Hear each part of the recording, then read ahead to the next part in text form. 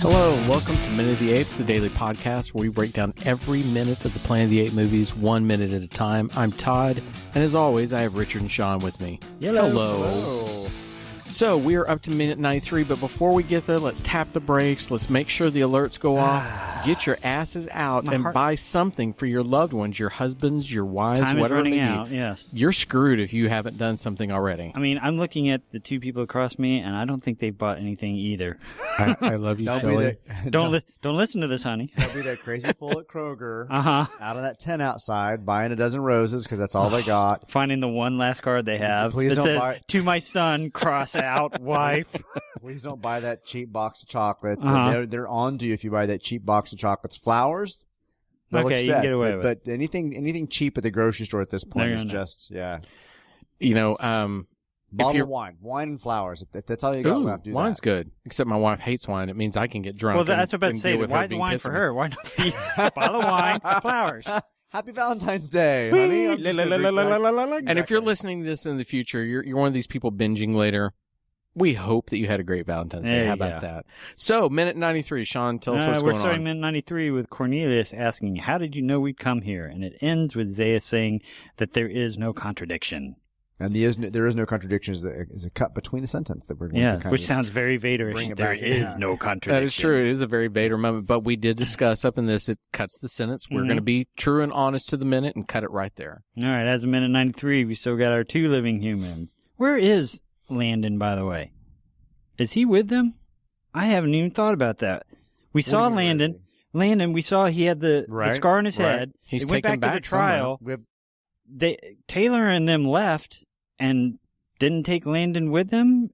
Landon's not with them, right? They No. have one chance for escape. I mean, Taylor's got his baby mama.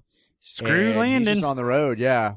Can you imagine if you took Landon, it would suddenly be Rain Man in the Planet of the Apes? Well, yeah, he can't. I mean, Landon Hey, can't do anything Taylor. for him. What's Hey, he going to do? He's Taylor. just going to walk around in a zombie stance? Yeah. It's not.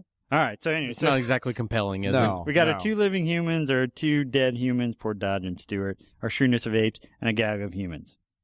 So I'm gonna to bridge the gap. We talked a lot in the last one about how we were going to talk about Zaius Mm-hmm. and his power at this point, but I also mentioned that I turned on the closed captions, and here's why. Right up the top, he asks, "Are you an apostate?" And I as- looked that up, yeah, to As see what he that as is. he said it, Uh-huh. I thought, is he saying you're an apostle? Because it came to an apostate, and I was like, right, what? Yeah. Yeah, that's why I had the subtitles on it. Yeah, turn the script says captions on. apostate. I see it right here. So And- an apostate is a person who renounces a religious or political belief or principle. Which makes a ton of sense, but it goes into the idea that not very many people talk that way. Mm-hmm. Once again, we have tons of moments in this, and I think a ton of this dialogue, and at some point, I want to say this, I want you to read some of this, because some of this, it's almost like what Harrison Ford used to say about Star Wars. You can write this, but you can't say it. Oh, for sure. There's a lot of this dialogue that I'm like, what? Very So that's stilted. why I turned on the closed captions, because I kept thinking, what the are they saying? So Zaius dismounts the horse.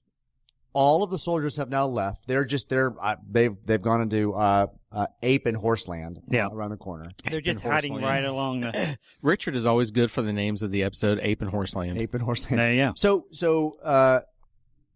Zaius just gets off this horse, and Taylor's gun is still kind of slightly trained on him, and Zaius don't care. He's just so calm. They just don't give a He's so fuck. calm. And this is what cracks me up. Cornelius says, "How did you know we'd come here?" Right, to try and get an answer, like it's going to be a surprise. Like this is where he's going to go.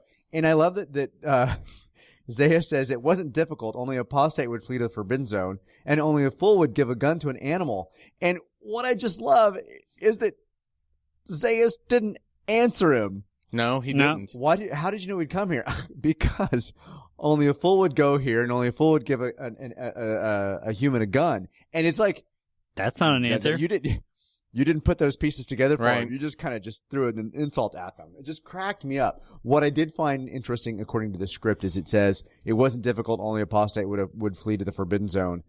The extra portion, and only a fool would give a gun to an animal, was not in the script that I have. Huh. Yeah. Really? And then, of course, he throws that other dig at Taylor. I see you brought the female of your species.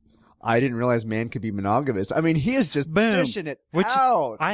So on this planet, the humans just go to the bone zone whenever they want to. And Taylor, to that point, Taylor at that moment says, on this planet, it's easy. Why? Why on this planet is it easy? Mm-hmm. You're okay. I'm sorry. I think on the opposite end. Right. I am here with no rules, and there's every woman in the world. And they're all dumb. Yeah. And every man is dumb. And everybody on this planet is dumb. They're dumb.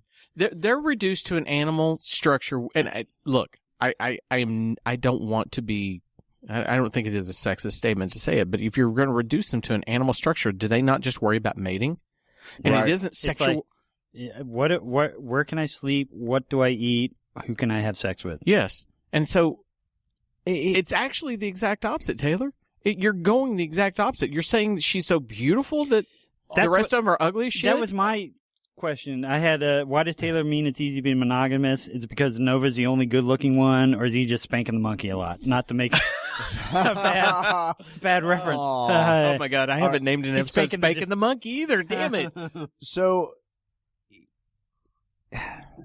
if we go back to the stuff that Taylor said about sex being so easy on his planet, in his reality, and that he was unloved, right? That he felt like he was unloved, but sex was easy and all this stuff, and he had to get out.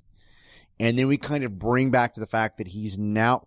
Wait, has it been revealed that she's pregnant? No, it's right. That got struck. That got taken out of the script. Yeah, that's right. So he's been kind of like, you know, when they were in the cells together, he was like stroking her and saying all this stuff to her that was kind of or whatever. Romantic, if you will. She can't respond because she can't speak in this reality. Maybe he's finally becoming a monogamous, good kind of guy. He brought her along when she wasn't supposed to come along. So, I mean, is that what's happening? Honestly, as I read through my notes while you're talking, I was in line with Sean on the first two. Are all women hideous? Shouldn't he want to spread his everywhere? And then I said, or has the Planet of the Apes finally made him learn to love? And so Richard brings it to the point that maybe that's it. Maybe it's the reverse of what he was saying earlier, where there is a whole lot of sex but never love. And now it's not a whole lot of sex. And finally, I feel loved when you can't speak back to me. When you shut your mouth, I love you. I love it when you shut your mouth. No, get in the kitchen and don't talk ever because you can't. It's so funny that a film like this, and we've talked about it before, can be so forward-thinking in so many of its social statements. In some of it. Horribly backward, especially with what's going on in the world now with the whole Me Too thing, that women are just treated. And this is Zira, even though she can be intelligent and she has her moments, they're all treated as shut up, go away. And so now he's the great reducer that he finally loves a woman who can't speak to him. That's gross. It is. But it's just, I'm sorry, Zayas is just rude. Rude. This whole statement that just, it doesn't answer the question. I'm coming along. Yeah. I'm going to throw everything I can at you because it doesn't matter at this point. I mean, he really is just like, I'll say whatever I want. You got your gun trained on me. I don't care. I send everybody away. I'm not afraid. Yeah. But again, he knows. At this point, he knows I have the power. You think that you somehow are ready to turn this Planet of the Apes upside down. I know what you're going to find. And that's why he's not worried.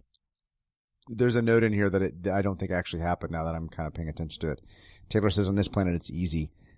It says Zayas laughs maniacally, then turns to the apes. And then turns and looks back at Cornelius and Zira. You'd have to put the makeup lisp into your laugh. There it is. Oh, suddenly sound like the Elephant Man in David Lynch's film. I just want to sleep on my back. Play a little prayer before I go Oh my to God, bed. we are deterring there so far. Go. I can't watch that movie without bawling like that reduces me to being a baby. He just wants to say a little prayer and then lay down like everybody else.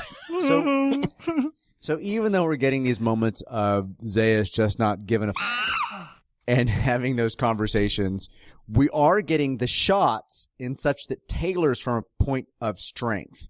All the shots of him are up. Oh, that's true. I didn't even think of that. He's looking down on Zayas and Cornelius and Zira. Any of the shot of him is always up at him, and everything shot with them is either on the level or down at them. Nah. Isn't that interesting, though, that if it holds true that the reason Zayas does not feel threatened is because he truly has the power, and he's letting Taylor feel it. He's letting Taylor feel that he has the power. He's setting him up for a fail. Yeah. Yeah. So then we get a little bit more from Zaius jumping in here. The script direction is evenly. I ask you to reconsider this rash course. You've undertaken this rash course you've undertaken. If you're Wait, stop. Go back to the voice. I like the voice better. I ask you to reconsider this rash course you've undertaken. If you're convicted of heresy, the most you'll get is 2 years. But if you persist in this pointing these guns in my direction, you'll hang for high treason. Why couldn't you have done the voice of Zaius in the movie? Because I wouldn't have to close caption. I understood everything you said. What? So he throws his barbs at Taylor, and then he immediately turns and starts talking to Zaius and Zira. To Cornelia. Cornelius and Zira. Cornelia, sorry. Yeah, he's basically saying, you know, you have an opportunity here. You have an opportunity to come back into the fold. Yeah. It's a really weird, like, I don't know what Zaius wants. Like, he went to go find them. He went with armed apes. He went to the dig site. He didn't go into the other jungle because originally he was concerned about Taylor having a fort of other people, of mutant talking humans. Right. Right. So he doesn't go there. But he goes here knowing that he's going to find Cornelius and Zira. So he's after them. He's not after Taylor.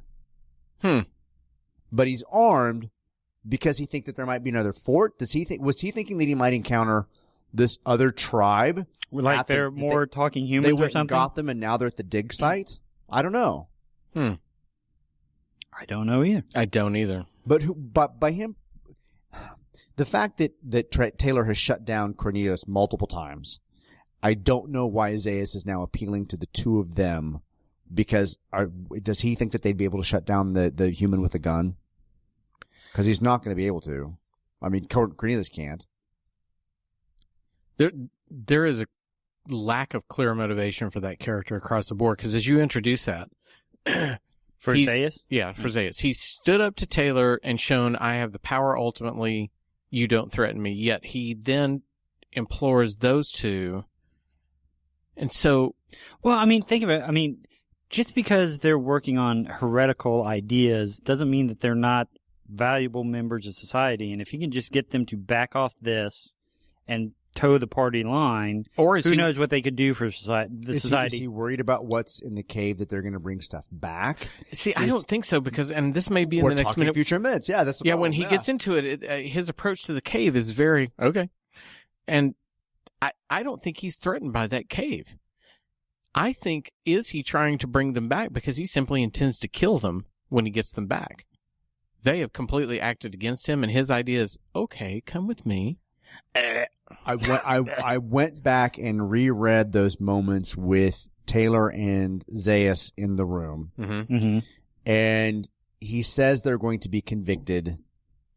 That his what do you call, not conspirators, not saviors. He used a specific word, but he goes back, but he doesn't say what their fate is, other than they're going to be convicted. Here he expressly says what their fate is.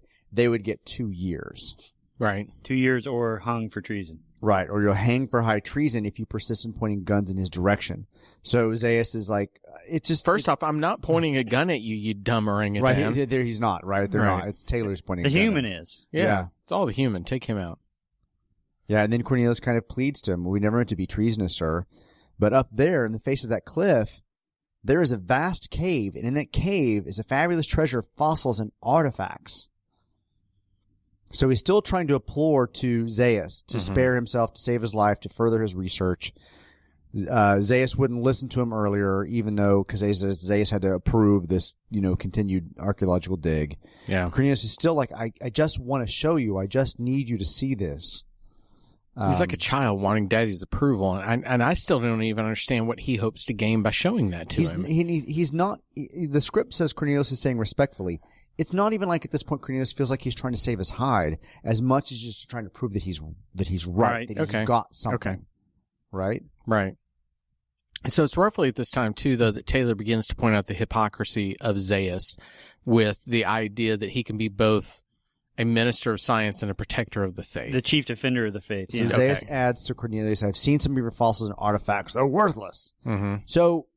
So he kind of dismisses whatever Cornelius is saying, but he's still appealing to him. And that's when Taylor jumps in, right? There's your Minister of Science, honor-bound to expand the frontiers of knowledge. And Zira says, Taylor, please. Except that he's also the chief defender of the